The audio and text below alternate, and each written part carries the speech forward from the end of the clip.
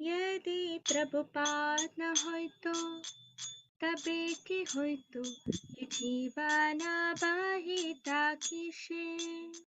यदि प्रभुपाद न होय तो तबे की होय तो ये जीवन बाहिता किसे। निताय गौरेरा अपार करुणा कीर्तित सकल दिशे। निताय गौरेरा अपार करुणा कीर्तित सकल दिशे। यदि प्रभुपाद न होय तो तबे की होय तो ये जीवन बाहिता किसे। पाश्चात्यारे याता पापी दोराचारी शून्यवादी मायावादी। तदेरा उधारा करिबारे माना हीन कोंदया निधि।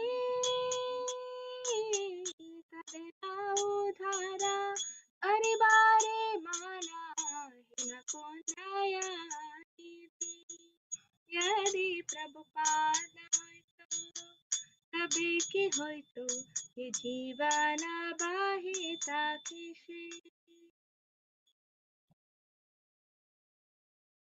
तदेरानी काते कुंजनासी बैलाती हरि नामा। तभया जीवारू बेगाड़ी तेता तेरा के है तगुया। तभया जीवरू बेगाड़ी तेता तेरा के है ते आगुया। देशे देशे हरि विग्रह सेवा आरती रात्रि दिने। रथयात्रादि महोत्सवा सभा कैता कौन जाने। यदि प्रभुपाद न होय तो तबे की होय तो ये जीवन बाहिता किसे। गीता भागवता चैतन्य चरिता प्रेमामृत रसा सारा। कथना सुंदरा सरला करिया की पूजा है तारा। कथा कष्ट सही प्रीतमाने रही की वेदित हरि नाम। तमादेरा पुरी वृंदावना मायापुर माथ धाम। यदि प्रभुपाद न तबे की होय तो जीवन बाहिता किसे। परमा मंगला श्री चैतन्य महाप्रभुरा शिक्षाधाना। आचारे प्राचारे सदा माधेरा के करीत नियोजना। आचारे प्राचारे सदा माधेरा के करीत नियोजना। प्रेम कल्पतरु नीताय गौरेरा कृपाणालभि भरे। निरवधि जया पताका हृदया तो मोरे शरण करे। यदि प्रभुपाद तबे की होय तो ये जीवन बाहिता किसे। यदि प्रभुपाद न होय तो तबे की होय तो ये जीवन बाहिता किसे। हरे कृष्णा कृष्णा कृष्णा हरे हरे हरे राम राम राम हरे हरे। हरे Krishna Krishna Krishna Hare Hare Hare Ram Ram Ram Hare Hare. Translation. Does anybody want to read the translation? You can unmute and start reading.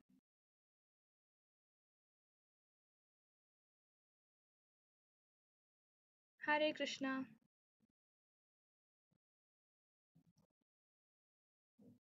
Okay, so translation. If Srila Prabhupada had not come, what would have happened? How could we have passed our lives? Who else would have distributed the unlimited mercy of Lord Nityananda and Lord Gauranga all over the world? So, yeah, this is a song composed by Jayapataka Swami Maharaj. Okay, he is the Guru Maharaj of ISKCON. He's the Diksha Guru. Okay, so he composed this song in the bhav. Okay, where imagine a world without Prabhupada. How would our lives be? Okay, yadi Prabhupada na hoito. So if Prabhupada had not come, if he was not there, how would our lives be? What would have happened to all of us? Okay, so in that mode, in that bhav, he composed this song. That's why the first line is, if Srila Prabhupada had not come, what would have happened? How could we have passed our lives? Who else would have distributed the unlimited mercy of Lord Nityananda and Lord Gauranga all over the world? Which other compassionate person would have endeavored to deliver the miscreants, sinful, impersonalistic, and voidistic people in this world? Who else would have come to distribute Harinam to them? Who else would have come forward to transform them into civilized beings?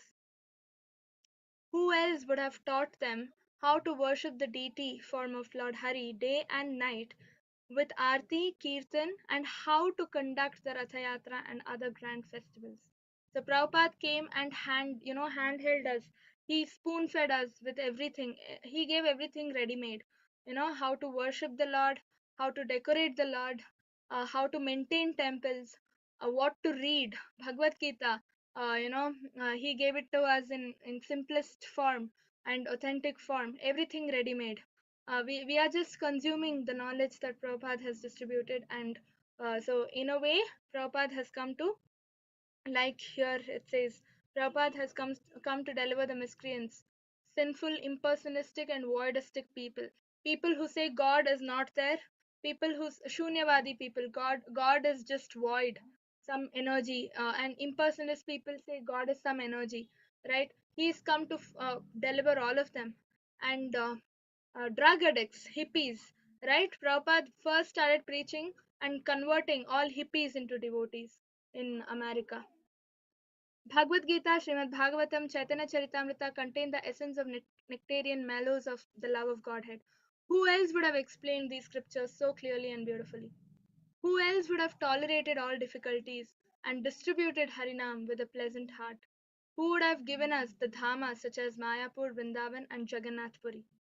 The teachings of Sri Chaitanya Mahaprabhu constitute the greatest and most auspicious um, treasure. Who else would have engaged us in constantly practicing and preaching it? Sri Sri Nitai Gaura are desire trees of love of Godhead, desiring a drop of their mercy. Jayapataka's heart incessantly takes shelter of your divine grace. Hare Krishna. So, before we begin with the class, like yesterday, we will see some of the pastimes of Prabhupada. Okay, so yesterday we talked about his childhood and how he got this inspiration to go to America and preach. Right, today we will see how he actually went to America. What are the difficulties he faced when he went to America, and what did he finally establish in America? So basically, he became a disciple of Bhakti Siddhanta Saraswati. Uh, Let me share the screen. Yeah, so basically, he became the disciple of Bhakti Siddhanta Saraswati. And like I said yesterday, he went to Gaudiya Math. He learned how to offer devotional service to the Lord and all that. He constantly was in the association of devotees. He learned how to, worship. He started chanting, everything under the guidance of Bhakti Siddhanta Saraswati.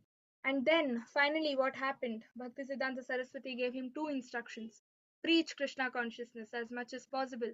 Okay, go to Western countries and preach Krishna consciousness. Okay, Paschatya Desha. That's why in Prabhupada Pranama Mantra we have this line: Namo Vishnupadaya Krishna Preshtaya Bhutale Srimati Bhaktivedanta Swaminiti Namane Namaste Saraswati Deve Kauravani Pracharine Paschatya Desha.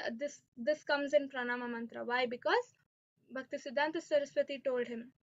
go to America, Paschatya Desha, Western countries, and preach Krishna consciousness. Second instruction he gave was print as many books as possible. If you ever get money, print books. Okay, because books are the treasure. You can convey Harinam and glory of the Lord easily through books. Okay, and then what happened? Prabhupada started doing homework. He started writing books and everything. Okay, so Prabhupada always used to get dream. Okay, one dream. Always he used to get one dream. What was that? Anybody knows? If anybody knows, you can unmute and answer. Okay, you are not muted. Okay, so one dream constantly. It was he was getting his he was getting Bhaktisiddhanta Saraswati in his dream. Okay, and he used to say, "Follow me." All the time. He used to come in his dream and say, "Follow me, follow me, follow me." Now, Prabhupada used to get this question in his mind. Follow me as in what exactly? Okay, so follow me as in follow my path. Okay, so Bhakti Siddhanta Saraswati used to say, follow my path. Okay, my path is sannyas. Take sannyas ashram. Okay, he had to go to sannyas ashram now. That was the instruction. It was a sign, signal that God was giving him through Bhakti Siddhanta Saraswati.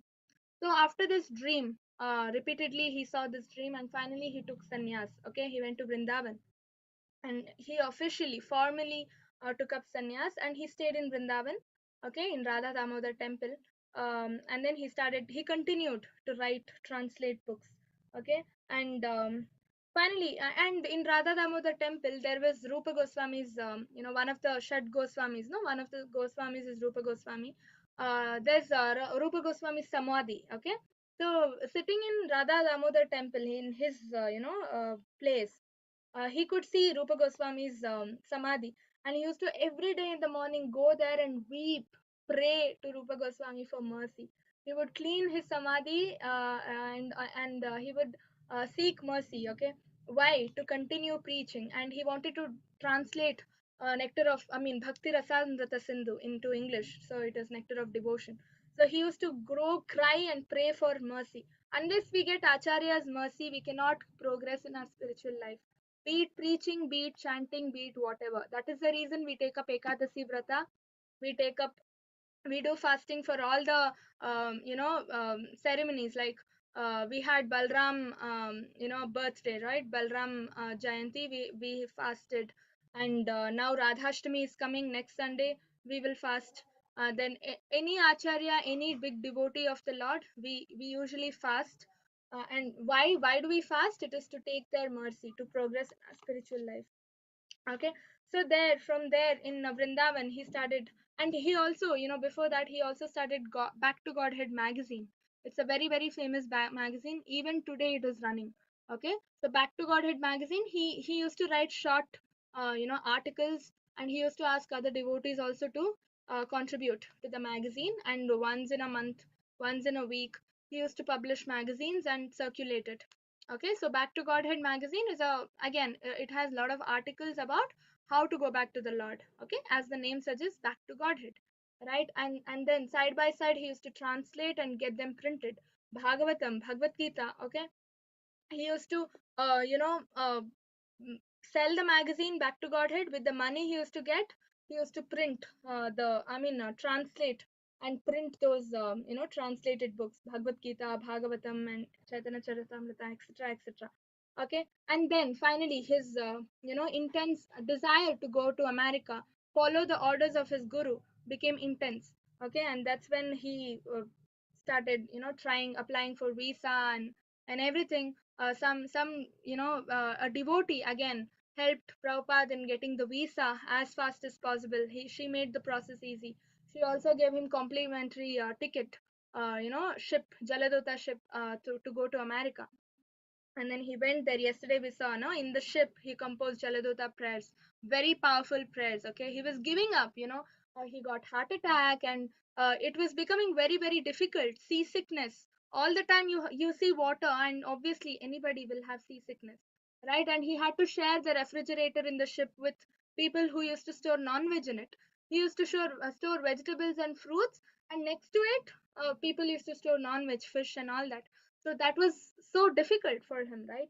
and so it was becoming very difficult. So that's why he composed Jaladutta prayers, again seeking for Krishna's blessings for him to become strong. Finally, he reached America. And what happened in America?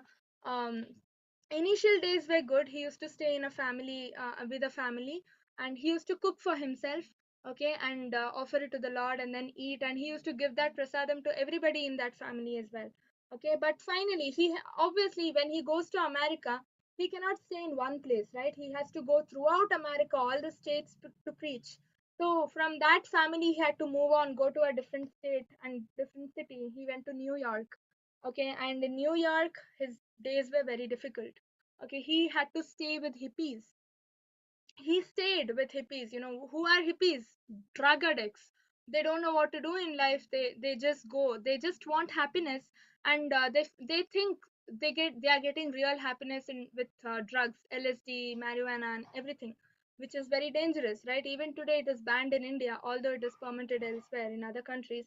It's still banned in India, right? So he used to stay with people who are drug addicts. They used to take drugs and come in front of Prabhupada. Okay, they used to lose their mind and act the way they want in front of Prabhupada, and Prabhupada had to take all that. Okay, that those were the kind of days he used to live his life. And finally he tried changing the his roommate. Prabhupada's roommate was again a very severely addicted to drugs.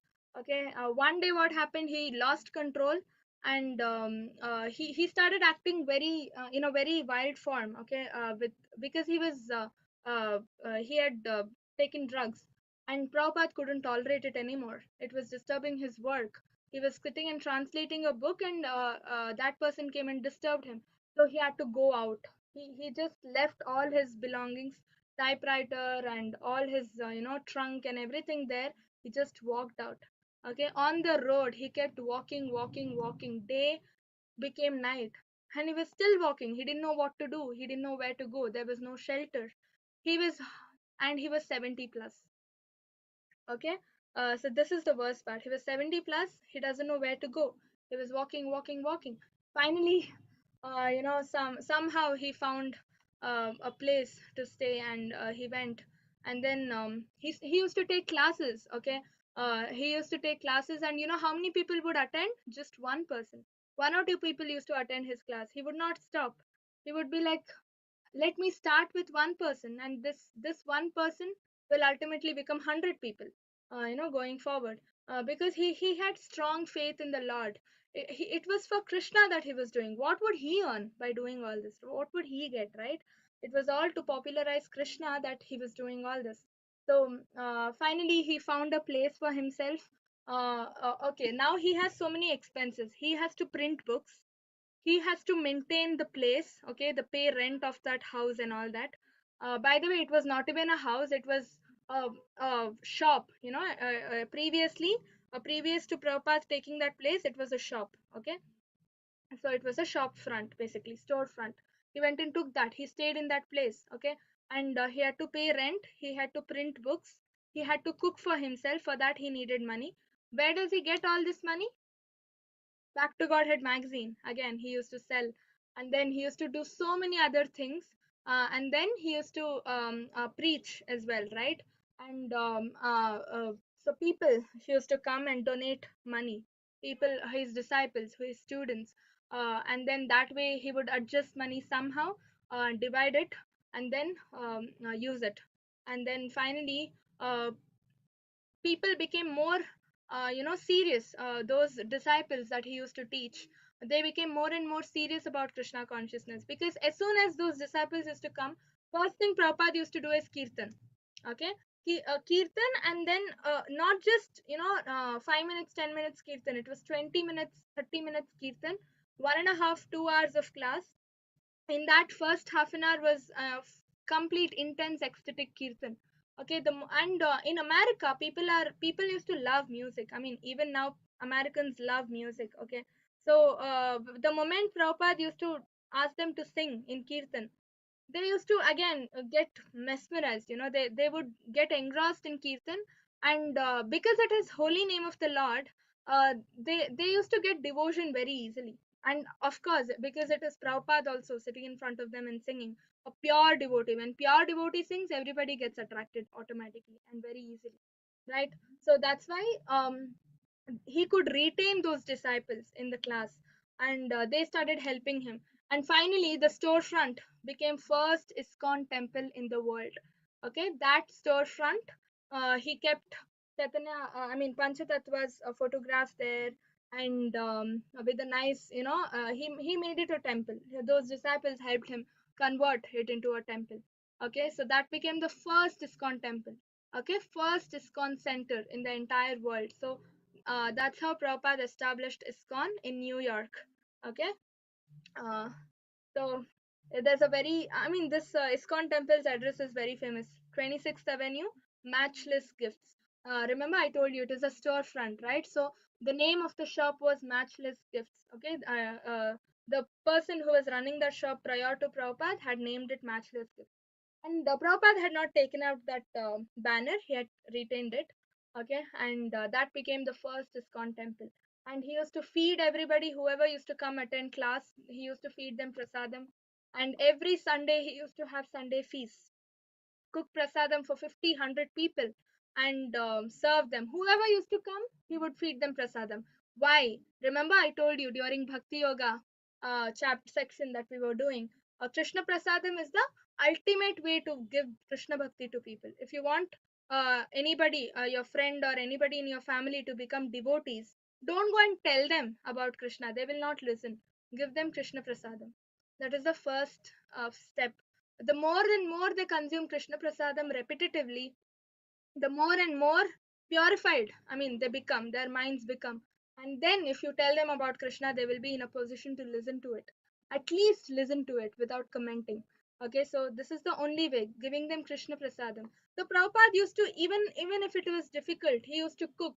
Initially he used to cook, then later his disciples started cooking. Okay, they were all Americans. Okay, so Prabhupada had to teach them, literally. Even Prabhupada had to teach them how to cook rice also, literally.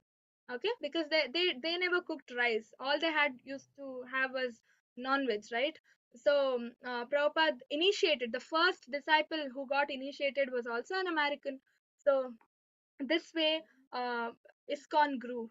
Okay, and finally, from one center, his disciples traveled to another place. There, his disciples started spreading about ISKCON, Prabhupada, and all that. And Prabhupada went there and established another ISKCON center. This way, one by one,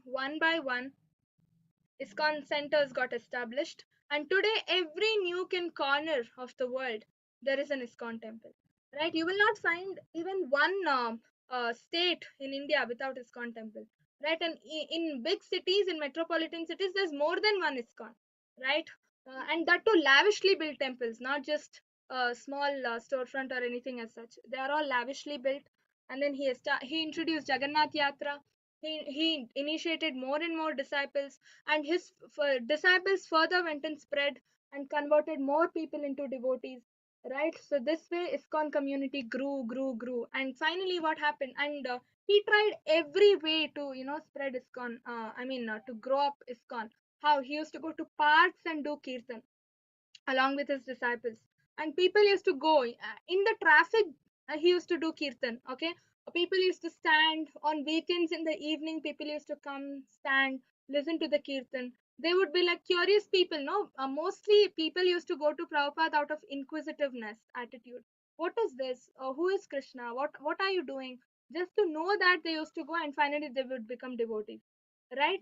So celebrities used to come to visit Prabhupada, and they donated so much money. Music directors, musicians, actors, all influential people. Okay, they donated and they helped Prabhupada with mridangam, with places. Places to open ISKCON temples. Okay, everything. And he also, there's one famous way of how Prabhupada converted disciples. People into devotees. He mostly went to hippies. Okay, why? Because um see, in Jagai Madai story, okay, if you see, Nityananda Prabhu went and approached Jagai Madai and asked them to become disciples, right? Why? There were so many other good people also. Why did he go to Jagai Madai? Because the moment the most fallen or such bad people become devotees, all good people will think, okay, if they only can become devotees, why can't we? Right? That's why Prabhupada also same approach he took. Okay, he went to hippies first and converted them, so that all other decent good people, they were like, if hippies can become a devotee, why can't we? Right? So that way everybody will approach and become devotees. Okay, so how did Prabhupada converted hippies into devotees? He through mantra rock band concert. Pub pubs were very famous. Pubs are still famous. So all the hippies, okay, they used to go to pub on weekends, right? And they used to go there, and they all love music, okay, and that too when they take drugs, when they get high, they would want to dance, they would want to listen to music, right? So they were all fans of music, and Prabhupada used that to his advantage. So instead of playing some Western music and making them dance, he used to go there and do Mahamantra Kirtan. Okay, Hare Krishna Mahamantra with Western instruments. Okay, drums and all that. People used to enjoy, those hippies used to enjoy, and they started, following Prabhupada's. Prabhupada used to dance as well, the Swami step, which is very famous, moving your legs and moving your hands. Okay, that's the Swami step. So Prabhupada used to do that and do kirtan. They all used to enjoy, and they also started dancing, and they also started chanting without their knowledge. They didn't even know it was Harinam, it was holy name of the Lord. Okay, they used to enjoy kirtan that way. Okay, so that way, slowly, all the hippies became devotees. And that's the story of ISKCON. That's the story of how Prabhupada established ISKCON. And yeah, so Vyasa Puja just got over. So I thought I will let you know about Prabhupada's glories as well. Um, Now we will begin with today's class. 13th chapter continuation. So yesterday we stopped at a shloka where Krishna explains the qualities, right? Mm. So Krishna lists a couple of qualities, and he says we all need to develop those qualities.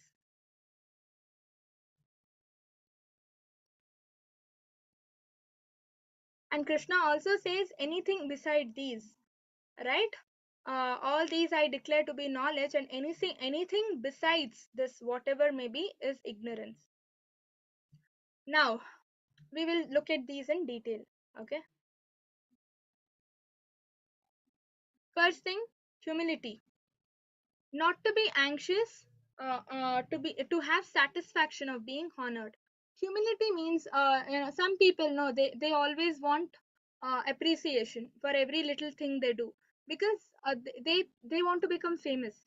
But people, devotees, okay, or purified people, or people who are said to be in knowledge, they always prioritize humility. They don't want others appreciation, or honoring attitude. They know that they are doing right. They know they've done well. Okay, so they are self satisfied. This is called humility. Pridelessness, understanding that you are not the body, and thus honor and dishonor are the same. Yesterday we discussed this is one of the most difficult thing.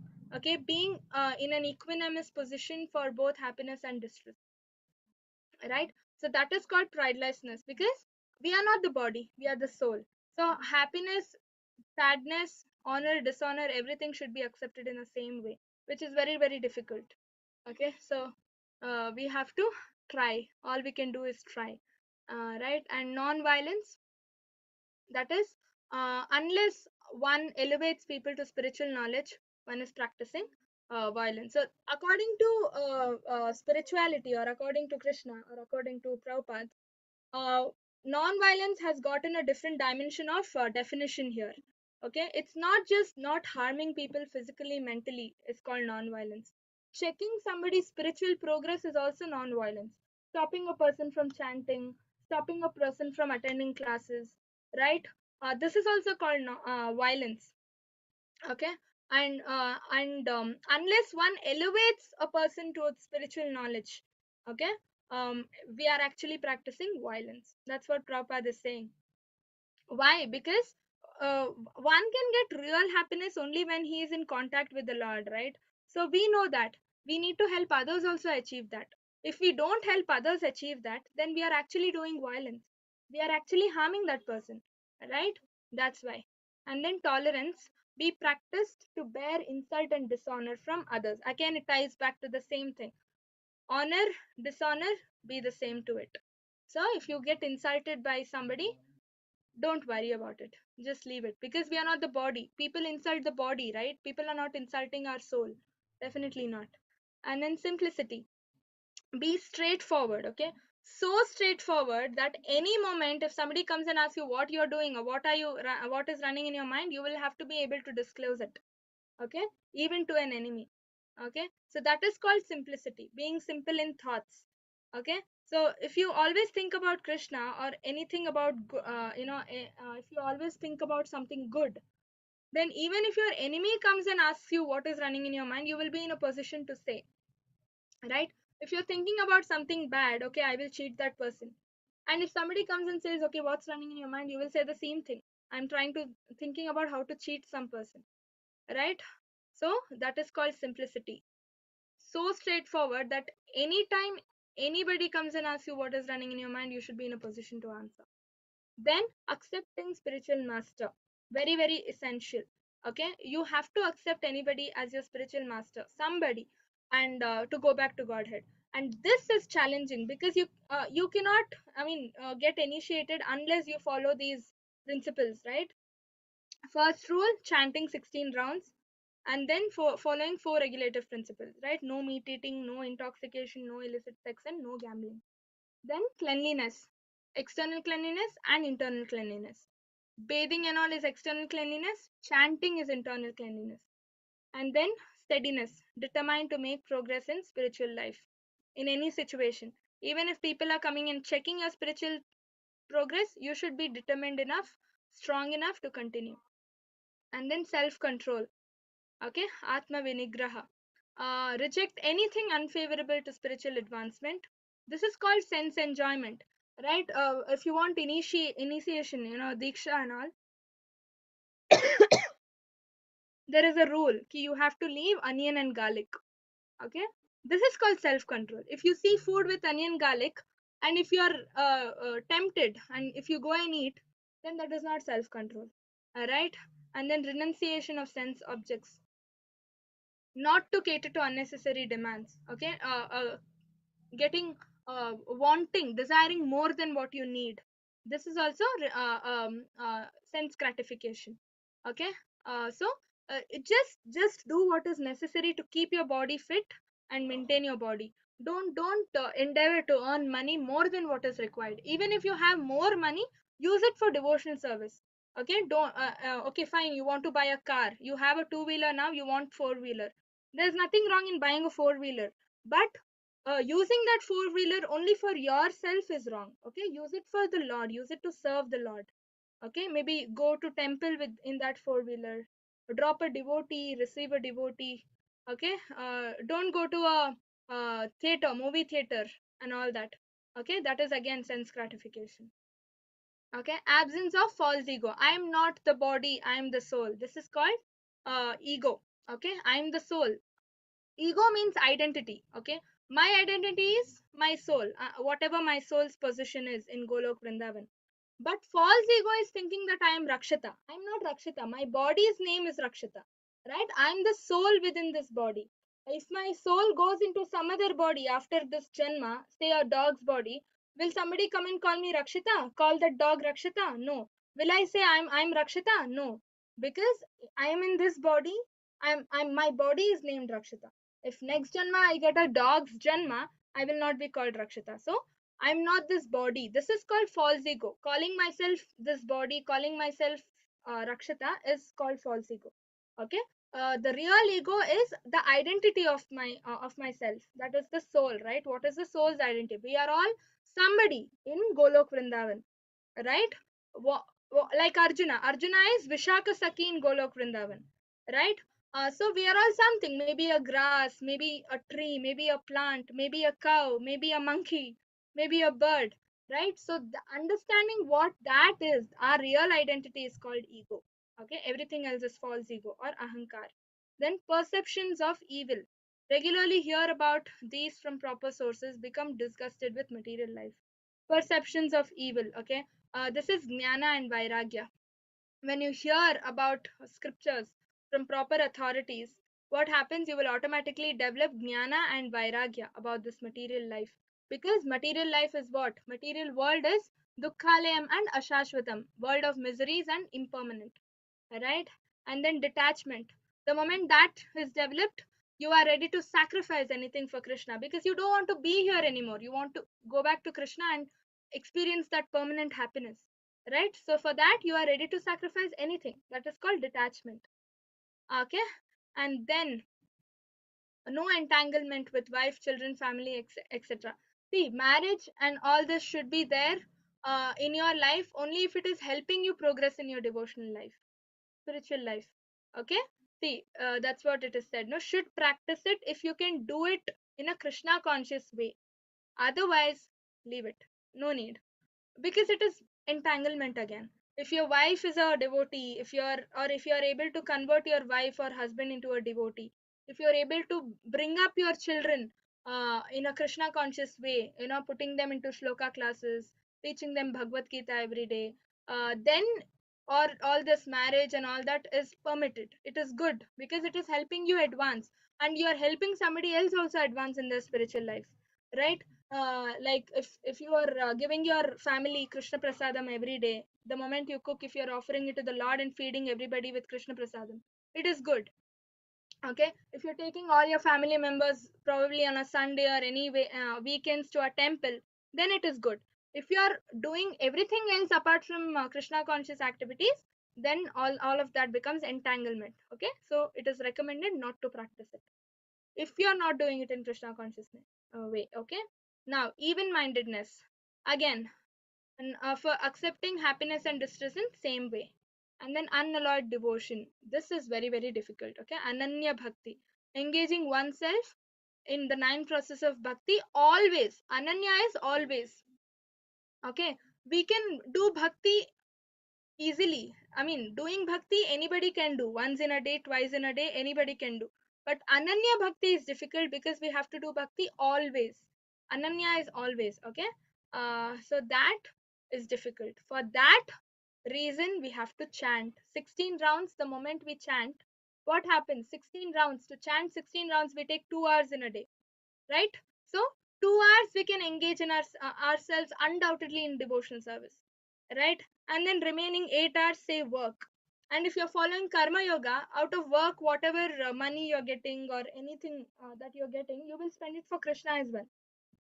So 8 plus 2, 10 hours in a day you're engaging in Krishna conscious activities, right? And maybe one more day, one more hour if you're attending Bhagavad Gita class, reading Bhagavad Gita or something like that, 11 hours, right? And then 8 hours of sleep. I mean, just keep 8 hours of sleep as in 6 hours. Ideally, it should be 6 hours of sleep plus 2 hours for your own work.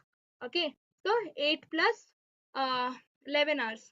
So remaining time, slowly we can use that remaining time also into Krishna conscious activities. The more we become elevated, so that way we can engage ourselves all 24 hours in devotional service. Okay, that way we can attain that Ananya Bhakti state. Now, aspiring to live in a solitary place. So, this means not running away to some forest and sitting there alone. No, not desiring to mix with materialistic people.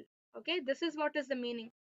Don't mingle with materialistic people, atheists, Mayavadis, and all that.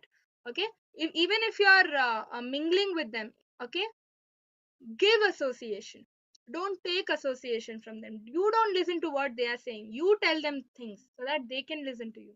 That is the way you give association. Okay, if they are not ready to listen, like I said, give Krishna prasadam. Don't even tell them it is prasadam. Okay, so ideally we have to live with devotees. Okay, devotees association is very important. And then detachment from general mass. Okay, as above. Again, not saying, okay, I'm not going to talk to anybody, I will stay alone in a room. No, that's not the way. You have to talk to people who you're supposed to talk to, that is devotees. Okay, accepting the importance of self realization, adhyatma jnana, knowing about it and understanding it. Okay, give up unnecessary sporting, cinema going, non devotional activity like I already discussed. Okay, uh and waste your time, don't waste your time with all that. Convert them. If you're watching a movie, watch Prabhupada's movie. There is a movie, short films. In you can subscribe to this channel called Madhava's Rock Band. Beautiful. Okay, it's so famous. I'll share the link in YouTube if you, YouTube link in the group. So many short films, so many bhajans, so many kirtans. I mean, they are husband and wife, okay, rock band artists, but now they are initiated and they are doing all those rock band songs. They are doing it for Krishna, okay. So like how Prabhupada did mantra rock band concert, no? In pub he went and sang Harinam. Same way, these two people are also using rock music to on bhajans and Harinam and Mahamantra Kirtan and all that. Anybody who watches these, I mean, any devotee who watches Madhava's rock band channel is going to become their fan. Okay, I better subscribe. I will share the link. Okay, and then philosophical search.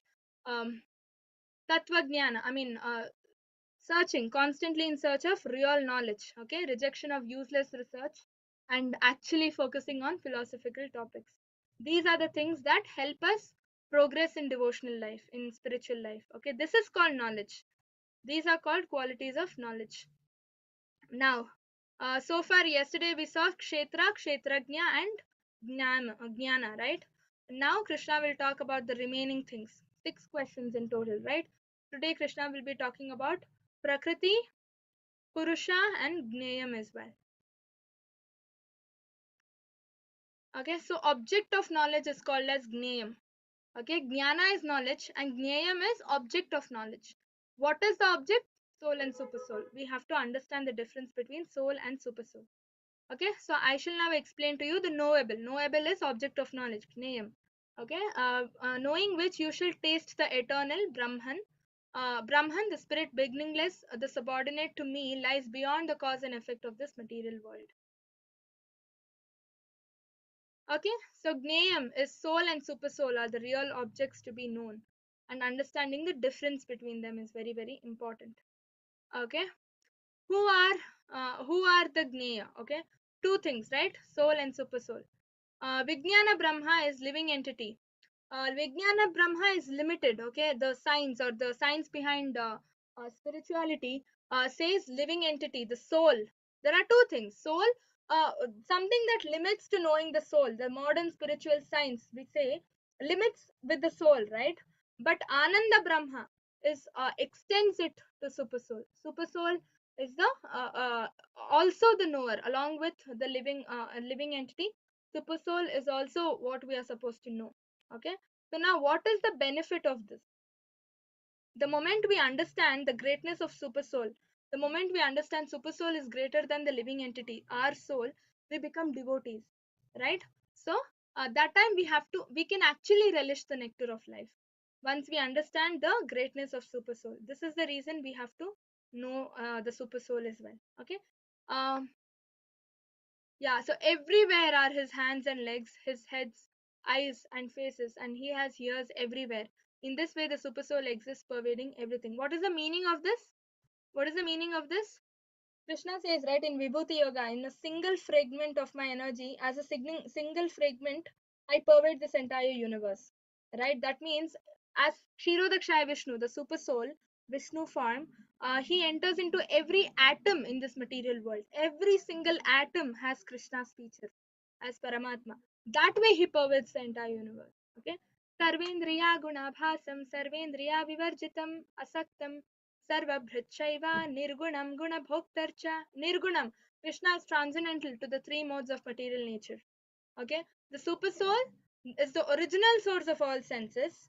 Sarvendriya Gunabhasam, he is the original source of all the senses, yet he is without senses, meaning he is the original source of the material senses we have, But he does not have material senses. He has transcendental senses because he is spiritual. He doesn't have material body like ours, made of blood and bones and muscles. Okay, that's why he doesn't have material senses. This is called without senses. Okay, he is unattached, although he is the maintainer of all living beings. Okay, this we already learnt in Aishwarya Jnana Yoga, right? Krishna in his personal form, he is in Golok Vrindavan. He is not attached to anything. Everything is carried out by the Vishnu form, Vishnu's incarnation of Krishna. Okay, so he transcends the mode of nature because he is the controller of the modes of material nature.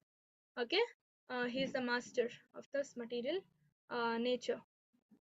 So supreme truth exists both internally and externally.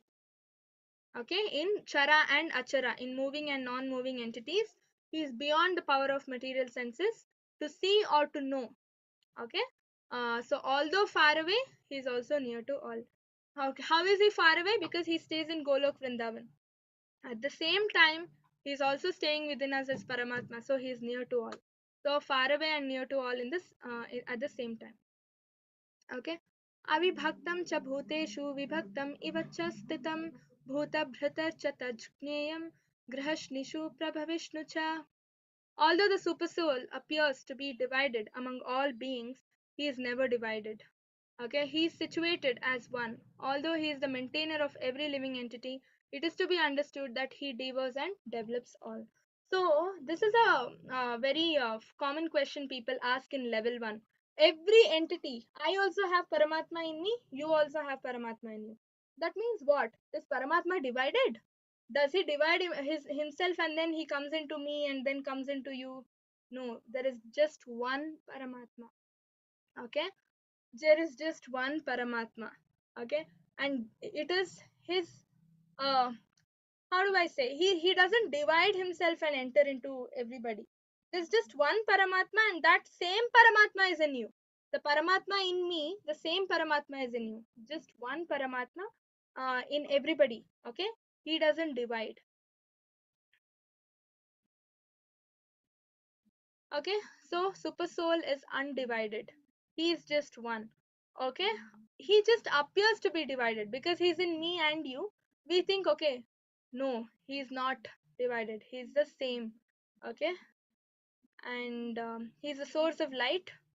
Okay, in all luminous bodies. Sun, he's a source of sunlight. I mean, sun gives light, right? The source of light that sun is giving is also Krishna. Okay, he is beyond the darkness of matter, and he is unmanifested. He is knowledge. He is the object of knowledge. Okay, he is jnana, he is gnayam. Okay, and he is situated in everyone's heart. This is pretty clear by now. Now, the super soul is the source of all knowledge and enlightenment. Super soul is the source of light. We just saw he is beyond darkness, and he is knowledge and object of knowledge. Knowledge is knowing that we are made up of, we are souls and there is Paramatma accompanying us. Object of knowledge is to understand the greatness of super soul over living entity, over the Jivatma. Okay, that is the Gnayam, goal of knowledge. And he is situated in everybody's heart. Now, qualification to understand. Kshetra, Kshetrajna, Jnana, Gnayam. Basically, qualification to understand this knowledge, spiritual knowledge that Krishna is giving. Okay? Devotion. Devotion is the qualification. Only devotees can understand all this and relate to it. Others can't. Okay? So Kshetra, we already saw all this. Kshetra is the field of activities.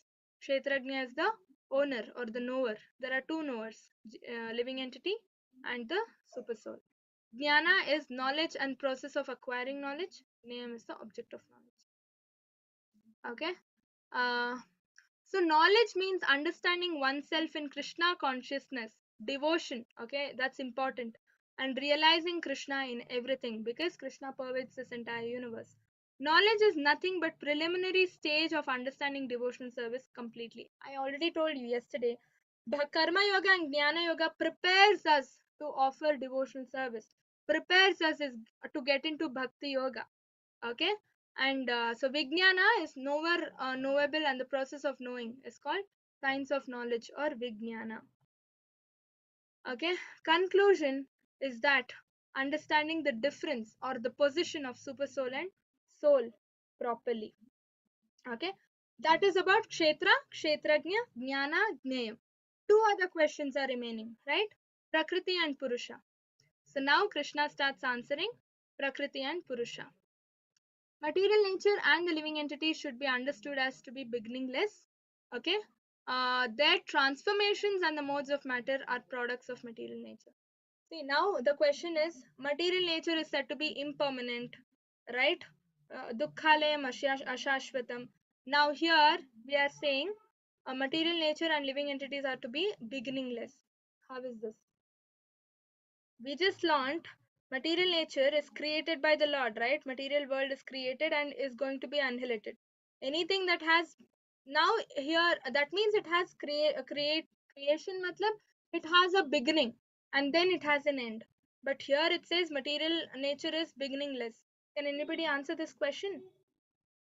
Isn't it contradicting? Can you try? Whatever you know, even if it is wrong, it's fine.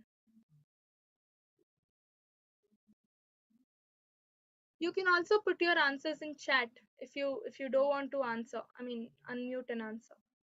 Okay, you can put it in chat so that I can get to see. Okay, so here it means that so Krishna says Daivi hi esha gunamayi mama maya duratyaya. Okay, mama maya duratyaya. This material nature consisting of the three modes is my energy itself. Okay, Daivi hi esha gunamayi. So this material nature is divine. It is my energy. Why? Because 7th chapter we saw, right? The external energy of Krishna is this material world. Krishna's external energy. Krishna is all pervading. He is beginningless. So how can material nature be with a beginning? Material nature also is beginningless because this it is external energy of Krishna. Okay. Now the material nature that we are seeing, the material world is created from Mahat Tattva. This Mahat Tattva is beginningless. Okay. Mahat Tattva is the external potency of the Lord or the external energy of the Lord. Through this Mahat Tattva, from this Mahat Tattva, this material energy or material world is created. At the time of annihilation or destruction, this material world is destroyed and goes back and gets stored into the Mahat Tattva itself. So Mahat Tattva is the external energy of the Lord and it is beginningless. Okay. Dukkhalayam ashashvatam is this material world. Okay. Material world gets destroyed and after destruction, it goes and stays in Mahat Tattva. Mahat Tattva is there forever, beginningless, because it is the external potency of the Lord. And who is the preceding deity of this material world? Durga Devi. Okay. So these transformations and the modes of material nature are products of material nature. Okay, now nature is said to be the cause of all material activities and effects, whereas living entity is the cause of various sufferings and enjoyments of this world. Now, any activity if you want to do, you need ingredients, right? If you want to do agriculture, you need land, soil, rain, everything. This is all given by the material world, material nature. So without material nature's support, you cannot do any activity. That's why material nature, she, Durga Devi, is the cause of all material causes and effects. Okay, any activity. Karma means has cause and effect, right? Karma and karma phala. So cause and effect, she is responsible, the material nature. Whereas the living entity is responsible for the sufferings and enjoyment. How? We are the one doing the activity. Material nature supports us to do the activity. We are the one doing the activity. Once we do the activity, we either suffer or enjoy according to the effect of that activity. Right? The effect of activity is what? Either if you do good deed, you will get good reaction to face. If you do some bad karma, you will get bad reaction to face. But you have to face it. When you face bad reaction, you suffer. When you face good reaction, you enjoy. Okay, so living entity is the cause of the various sufferings and enjoyment, and and we suffer or enjoy unless we do the activity, and material nature is the one which is causing that activity. Okay, the cause and effect. Purusha prakritisto hi bhungte prakritikyan gunan karanam guna sanghasya sad asad yoni janmashu. Now he's talking about Purusha. Okay, the living entity is the Purusha, the enjoyer of this material world, right? Now we like, if you do agriculture, you get fruits, right? Grains, fruits, flowers, you use it. That means you're enjoying the fruit of your activity, the result of the activity, right? So enjoyer is called Purusha. Okay, so the living entity is the Purusha here. And then the living entity in material nature thus follows the ways of life, enjoying the three modes of material nature. This is due to his association with the material nature. Okay, thus he meets with good and evil amongst various species. Like this, Arjuna says the union. Arjuna also wants to know about the union of Purusha and Prakriti. Prakriti is the material nature. Purusha is the enjoyer. When we living entities, I mean, enjoyer means we living entities. Okay, when we living entities come in contact with this material world, that is when we start enjoying the three modes of nature, right? And then we get that sufferings, right? Good or bad, right? This is called the union. Coming in contact with this material nature is the union. How do we come in contact? Through the 84 lakh species that we have. It starts with aquatics. Okay, first janma of ours will be aquatics, fish, whale, etc. And then we get promoted and enter the plant species, then reptiles. Okay, then insects, sorry. Okay, first it is aquatics, plants, insects, then reptiles, then birds, then beasts, then human beings. Okay, like you're seeing in the picture. So we get promoted. So in this way, we are in contact with the material world. We get in touch with the material world and enjoy, okay, the three modes of material nature. And then as the result of that union, we perform any activity, karma. The moment we do karma, we procure the reactions of that karma. That way we enjoy or suffer, good and bad. Okay, that is the main cause of our rebirth of our janma is because of this. Okay, our desire to lord it over the material nature or enjoy the three modes of material nature. Okay, desire to enjoy is the one that binds us back to this material world. If you don't have any desire at the time of death, if you don't have any material desire, why will you come to this material world, right?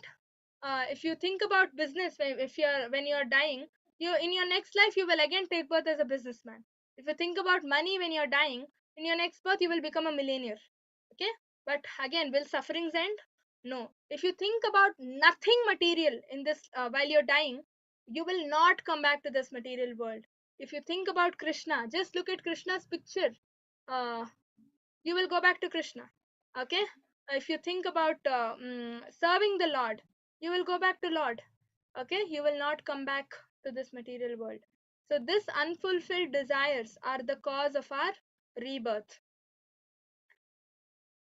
That too in various species. According to our karma, uh, Krishna gives us the body.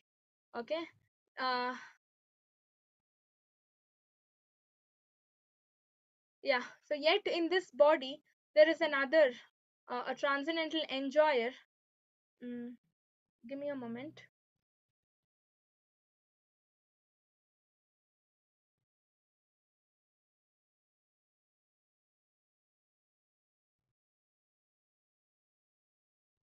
Yet in this body, there is another, a transcendental enjoyer, who is the Lord, the supreme proprietor, who exists as the overseer and permitter, and who is known as Supersoul. So far, we were saying the enjoyer is the living entity, right? Along with the living entity, there is one more person staying in the heart, right? Paramatma. Paramatma is also the living enjoyer, the enjoyer, Purusha. Okay? But Paramatma is Purushottama. He is the best of the enjoyers, he is the best of the Purushas. We are Purusha. The living entity is just Purusha. But Paramatma is Purushottama. Okay, he is the best of the Purushas. And why? Because he is transcendental enjoyer. Okay, he just witnesses what the living entity is doing, what the soul is doing. Okay, he is the overseer and permitter. Permitter as in, according to our desires, he allows us to act in the way we desire, right? So that is called as, uh, he gives us the permission. In Kathopanishad, there is a nice painting. Okay, I mean, it's a very famous picture. A tree. There's a tree. Two branches are there. Two birds are sitting on one branch. Okay, the one bird is eating the fruit of that tree. The other bird is just seeing the other bird eating. Okay, so this bird that is eating the fruit is the living entity or the soul. Okay, eating the fruit indicates the result of our karma. It is suffering and enjoying according to its karma. The other bird is just watching this bird suffering and enjoying. This other bird just observing is called Paramatma. The bird that is eating that fruit is called Jivatma. Okay, so in this picture, can anybody tell me what's happening in this picture? Very famous picture. I'm sure everybody knows. Who is this? Yes, tell me. Sukhdev Goswami and Yes. Parishit Maharaj. Haribol. Yes, Shukadev Goswami and Parikshit Maharaj. What is happening, Mataji? Sukhdev Goswami is delivering Bhagavatam Hmm. knowledge Yes. to Parishit Maharaj. Yes, very good. Okay, so one who understands this philosophy concerning the material nature, the living entity, and the interaction of the modes of nature is sure to attain liberation. He will not take rebirth regardless of his present position. So, why this picture here? So basically, Parikshit Maharaj was pre-informed about his death, right? That he is going to be dying in 7 days. Okay, because of the Takshaka, a snake comes and will come and bite him in 7 days, and so he knows. Okay, because of the curse um, he had got from one of the Brahmanas. Now, those 7 days, what did Parikshit Maharaj do? Did he sit and cry? Okay, I'll be dying in 7 days. Or did he sit and think of other ways he can escape from death? Parikshit Maharaj is the greatest devotee of the Lord. He is Arjuna's grandson. He had all the influence to even go to Krishna and ask him to, reverse the curse. And even if he had asked Krishna, Krishna would have immediately reversed the curse of Parikshit Maharaj, and he cancelled his death. Okay, but he didn't do that. What did he do instead? What did he do instead? He started asking all the Brahmanas how to spend those 7 days, seven remaining days of his life, so that he can go back to Krishna and become his eternal servitor, right? So that's why this shloka says the living entity and the interaction of the modes of material nature is sure to attain liberation. One who understands this philosophy is sure to attain liberation. He will not take rebirth again. Parikshit Maharaj was full in knowledge. Okay, he was situated in knowledge. He knew how to he knew the goal of one's life is to get liberation. Okay, to get moksha. That is one's goal. That is the reason we all take birth in this material world, to go back to the Lord. Okay, to get completely free from this material bondage. That is the reason we take birth. But what do? Because of our ignorance, because of ajnana, what do? We again incur new bondages, right? Because of our karma, we incur new bondages and again come back to this material world to get free from those old karma reactions that we've done, right?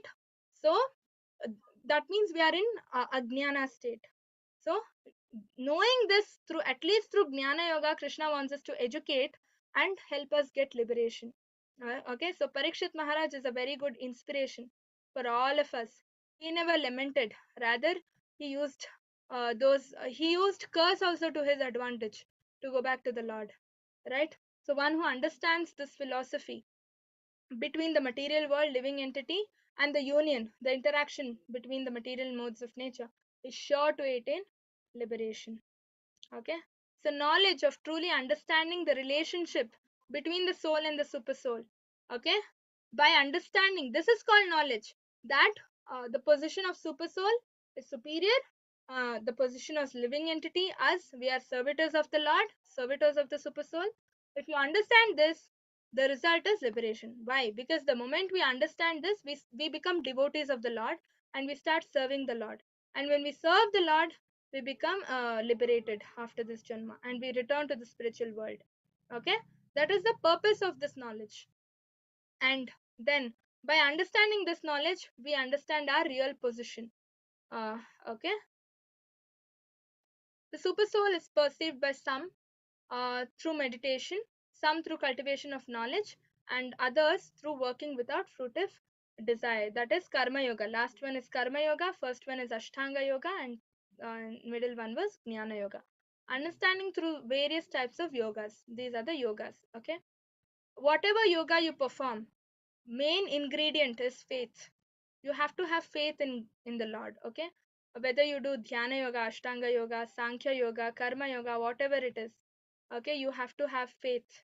And devotees, that's why, and Bhakti Yoga is superior to all these other yogas. Okay, it is like a lift, elevator to go back to the Lord. Okay, because at once devotees realize the position of the Lord because they are situated in spiritual understanding. They know beyond the material nature and spiritual world, beyond the material nature, a spiritual world where personality of Godhead resides. Now, again, there are those, although not conversant in spiritual knowledge, begin to worship the Supreme Person upon hearing about him from others. Because of their tendency to hear from authorities, they also transcend the path of birth and death. Some people don't really sit and read Bhagavatam, Bhagavad Gita to understand this knowledge. Rather, they hear from others and then they start worshipping and become devotees of the Lord. Okay, and that's why hearing is one of the 9 processes of devotional service. Now, Jnana Chakshusha, vision of knowledge. Okay, one can see the super soul, living entities, and one who can see the super soul, living entities, and material nature is in proper perspective, sees through the eyes of knowledge. Okay, we need to understand. We need to first of all understand the difference between the soul and the super soul. Okay, like I already said, super soul is superior, soul is inferior. So, once you understand this, that means you are in the vision of knowledge. You see things with full knowledge. Okay, whatever you see in existence, both moving and unmoving, is only combination of the field of activities and the knower of the field.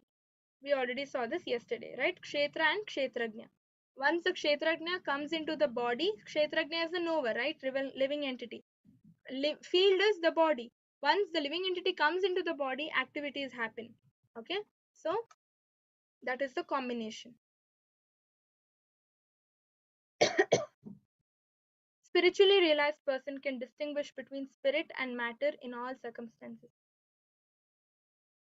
That is called Jnana Chakshu. That person knows, no, that person is in knowledge. Okay, to differentiate between the material aspect and the spiritual aspect. Tamam sarveshu bhuteshu tishtantam parameshwaram vinashyatsva avinashyantam yapashyati sapashyati.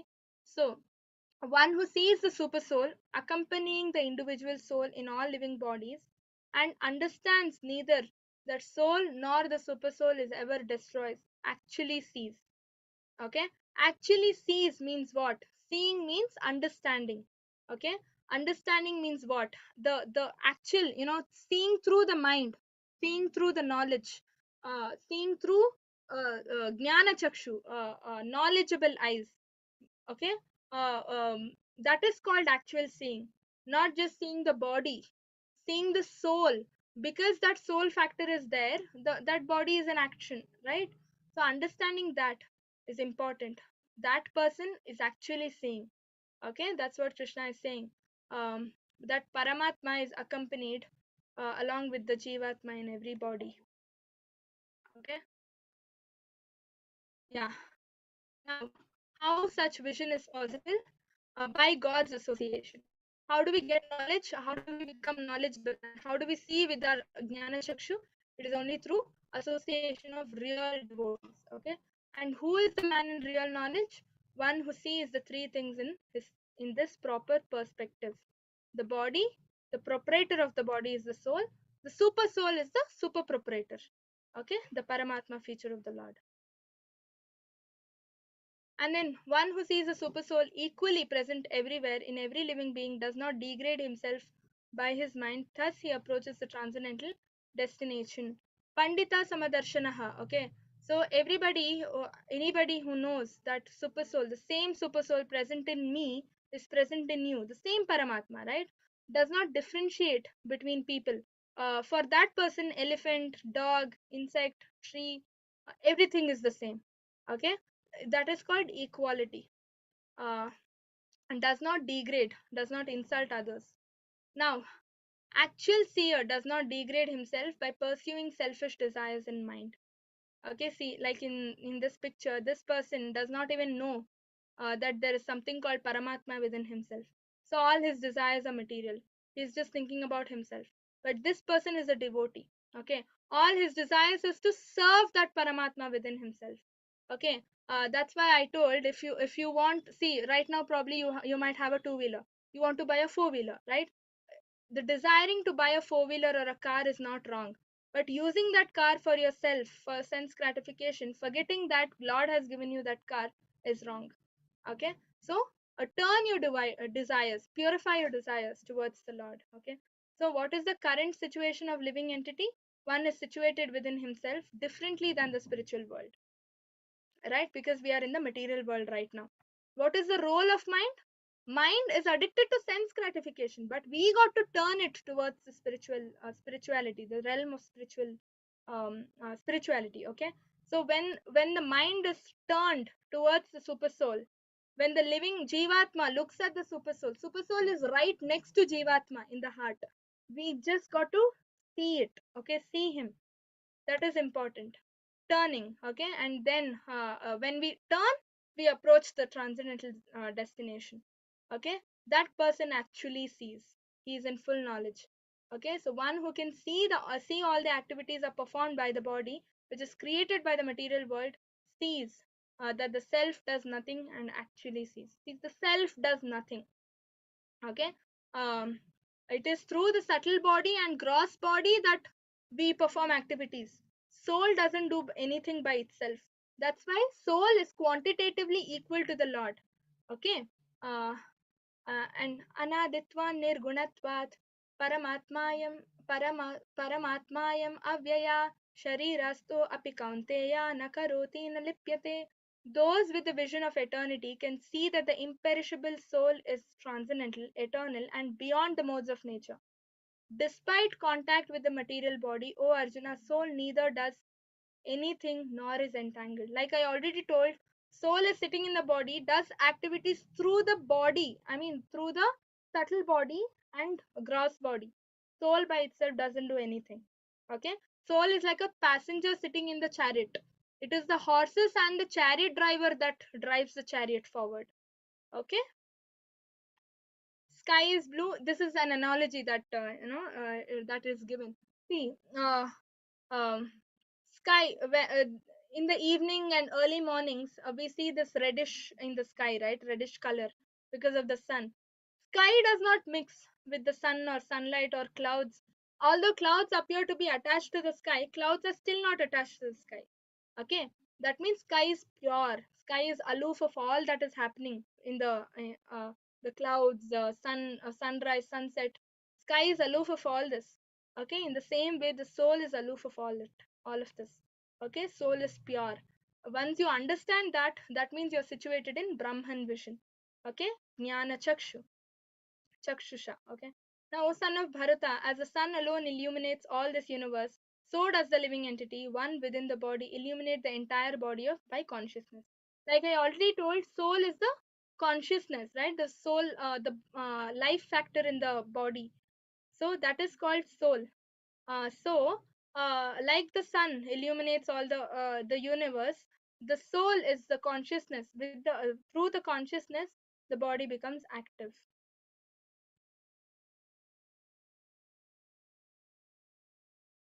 Okay, so seeing with the eyes of knowledge, the difference between the body, knower of the body, the process of liberation from bondage in material nature, and through this, one can attain the supreme goal. So far, whatever we learned, this is the summary slide. This is in the form of summary. Okay, so yeah, So the Arjuna 6 questions: Prakriti, Purusha, Kshetra, Kshetrajna, Jnanam, Gnayam. Krishna answers all of that. Then he also explains us how through this knowledge one can attain liberation. We saw this list of qualities, right? And then Krishna further answers object of knowledge, then Prakriti, Purusha, their union, Jnana Chakshusha. Okay? Hare Krishna, Krishna Krishna, Hare Ram, Ram Ram, Hare Hare. Okay, I'll unmute all of you. Chant Hare Krishna once. Hare Krishna, Krishna Krishna, Krishna Hare Krishna Hare, Hare Hare Ram. Hare Hare Yes. Okay, any questions? Please fill the attendance form. Devote some time and fill your sadhana chart as well. Any questions about be it Prabhupada's pastimes or the 13th chapter? Any questions?